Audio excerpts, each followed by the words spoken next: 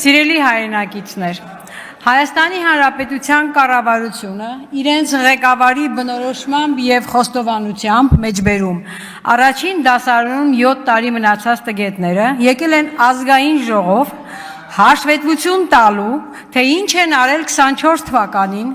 ինչպես են այդ աշխատանքները մոտեցնում մինչև 26 թվականը կառավարության ծրագրով ԿՊ-ի տված խոստումներին։ Թեև կառավարության անդամներից եւ ոչ մեկը չհակադարձեց այդ բնորոշմանը, չասած, որ ինքը առնվազն տգետ չէ, ես այնուամենայնիվ համաձայն չեմ այդ բնորոշմանը։ Դեռ ավելին, համոզված եմ, որ նախարարներից շատերը ոչ միայն տգետ չեն, այդ շատ էլ լավ գիտեն, թե ինչ են անում, լավ էլ կարողանում են իրենց առջև դրած խնդիրը, երկիրը կործանման տանելու ծրագիրն իրականացնելու քայլերը։ Իրենց փոխարեն ես եմ ասում, իրենք այդքան մեծարգո, իրենց տգետ, պարզապես Փարաքարի ու Գյումրիի ընտրություններից հետո համոզվեցին, որ հանրությունն իրենց նկատմամբ ցածր վստահություն ունի, որ ամենաուշը 26 թվականին իրենք այլևս իշխանություն չեն լինելու, ինչպես խմած ժամանակ ասեց Վիլեն Գաբրելյանը։ Հայտնի է, չէ, ճիշտ խոսքը խմածի լեզվի ծայրին է։ Նրանք շատ լավ հասկանում են, որ հեռու չէ պատասխանատվության պահը։ Իհարկե, նախընտրելի է տգետի կարգավիճակը, քան մտածված ծրագրով երկիրը կործանման տանողի կապիտուլյանտի դավաճանի կարգավիճակը։ Խեղճ Հարիվն ինչ անին, պարզապես փոխվեց խեղճ տգետն ինչ անիով։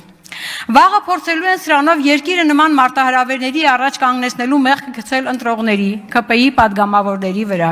Դուք եք ընտրել, դուք եք հաստատել իրենց ամենի որոշում, դուք եք կոճակ սեղմելով կանաչ ճանապարհ բացել իրենց գործողությունների համար։ Չանեիք, մենք տգետ էինք, իսկ դուք, մեղավորը դուք եք, ասում են նրանք։ Եվ սա համարում եք տգիտություն, ես չէ։ Սա առաջիկա պատասխանատվությունից խուսափելու հիմքերի ստեղծում է։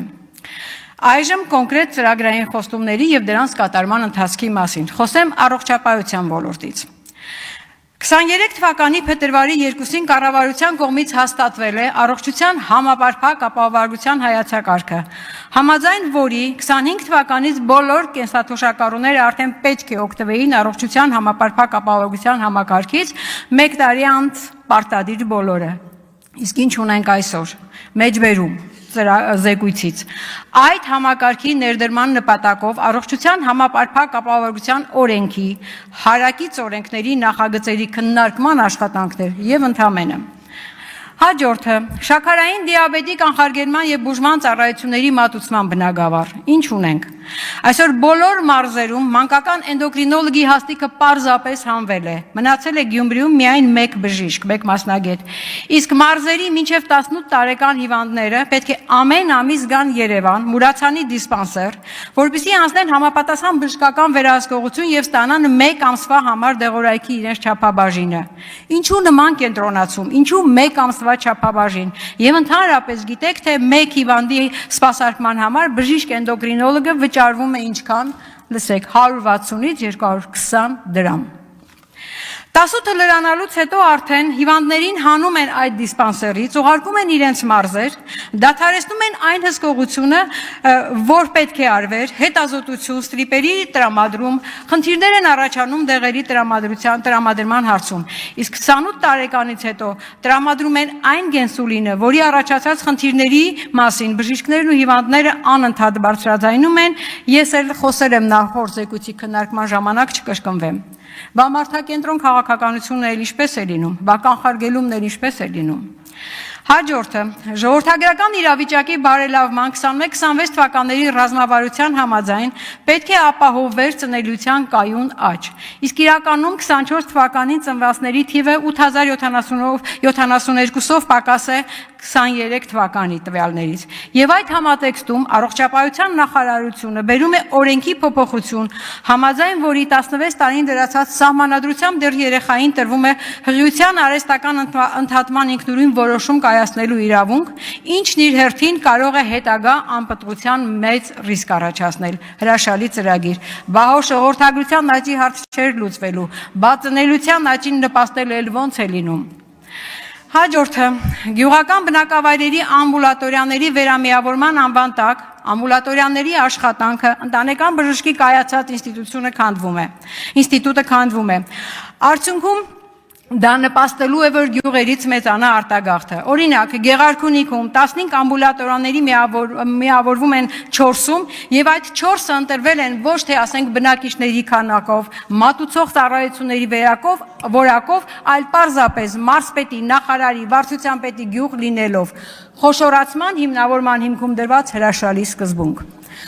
Դեղերի հասանելիության ապահովման համատեքստում ինչ ունենք։ Նախ, օֆերտայի փորձարարական ծրագրի շրջանակներում առողջապահության էլեկտրոնային համակարգին միացած դեղատներին ուղարկվել է փոխհատուցվող դեղերի ցանկ,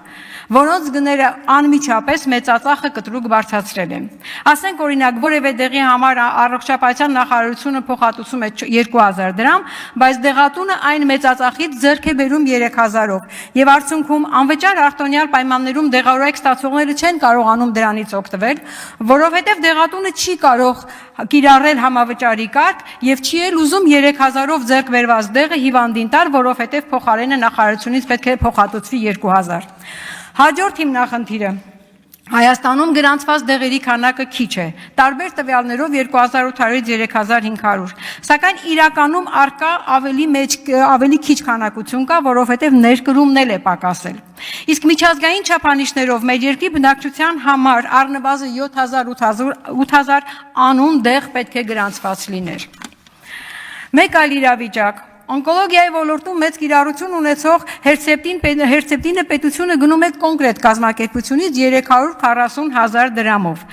Սակայն գնված քանակը քիչ է, չի բավարարում եւ հիվանդները ձեռք են բերում այն դեղը, ասենք Մոսկվայից 160-170,000 դրամով։ Հարց է առաջանում, ինչ գնային քաղաքականություն է վարվում նախարարության կողմից, եթե գների նման տարբերություն կա։ Միգուցե ճիշտ քաղաքականության դեպքում ավելի մեծ քանակ գնվեր եւ հետեւաբար հիվանդների կողմից դրսից առնելու կարիք չլիներ։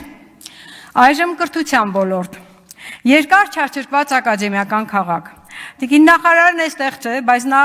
իրենց խոստումներում գրել է. ստեղծված է ակադեմիական քաղաք մինչև 2030 թվականը։ Եվ իմ այն հարցին, թե արդյոք 30 թվականին կունենանք այդ քաղաքը, պատասխանեց, թե ստեղծված է բառի ստուգաբանությունը լավ չենք հասկացել եւ պետք է ճշտել։ Ես փորձեցի ճշտել եւ մասնագետների կողմից ստացա հետեւյալ հավաստումը։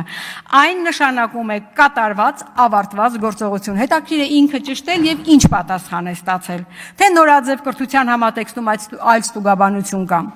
Հիմա էլ շրջանառության մեջ ենք դրել բարձրագույն կրթության եւ գիտության մասին օրենքի նախագիծը, որով բուհի լիցենզավորման անհրաժեշտ պայման սահմանում ենք ուսանողների սահմանային տեղ, որը չի կարող պակաս լինել 4000-ից։ Սահմանում ենք, որ այդ 4000-ին պետք է համապատասխանեն բուհի բոլոր ենթակառուցվածքները եւ հետո ավելացնում ենք։ Բուհին տրված լիցենզիան կարող է ուժը կորցրած ճանաչվել, եթե 3 տարի անընդմեջ համալրվում է լիցենզիայով սահմանային տեղի 50%-ից պակասը։ Այսինքն, որպեսզի բուհը գործունեություն ծավալելու լիցենզիա ունենա, պետք է ապահովի 4000-ի ենթակառուցվածք, բայց կարող է գործել 2001 ուսանողով։ Ինչի հաշվին պետք է բուհը այդ ծախսերը անի։ Իհարկե ուսման վարձի ավելացման, դասախոսի աշխատավարձի իջեցման հաշվին։ Որն է այս պահանջի տրամադրությունը։ Չէ՞ որ սրա արդյունքում բուհեր են փակվելու, իսկ մարզերում բոլոր բուհերն են փակվելու եւ ամենաուշը 3 տարի հետո օրենքի ընդունելուց։ Իսկ իրենք խոստանում են առնվազն 30 իրենց գործընկերն է ասում գերմանացի, որ ակադեմիական քաղաքը կունենանք լավագույն դեպքում 30 տարի հետո։ Միգուցե առաջ սարքենք, հետո քանդենք։ Այժմ նորից 300 դպրոց, 500 մանկապարտեզ, անընդհատ նախարար, պատգամավոր, վարչապետ խոսում են դրա մասին։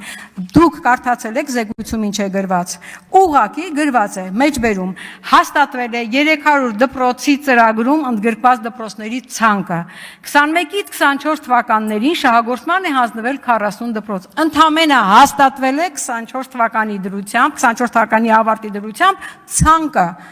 Եվ իմ անձնական պատասխանին նախարարը պատասխանել է, որ 25 թվականին մենք եւս կունենանք 65 դպրոց։ 40 + 65-ը շատ հեռու է 300-ից։ Ընկերներ, հերիք է այդ ծրագրի մասին, այսպես թմկահարեք։ Եվ վերջում նույն բանն է 500 մանկապարտեզի ծրագրում։ Եվ մի բան էլ Տիկին Տիգրանյանն ասեց, որ փորձելով հակադարձել, ասեց, իրենց գյուղում մանկապարտեզ են կառուցել։ Փաստորեն ստացվում է, որ ոչ միայն ցանկի բոլոր գյուղերին եք անդրադառնում, այլ անդրադառնալից էլ ձեր գյուղերին եք անդրադառնում։ Եվ վերջում, մեջբերում Սողոմոն Թեհլերյանից. երբ վախկոտները դառնում են հերոսներ, իսկ հերոսները մոռացվում են, այդ ժամանակ աշխարհում տիրում է անբարոյականությունը։ Մի հերոսացրեք նրան, ով անգամ չգիտի, թե ինչ է հայրենիքը։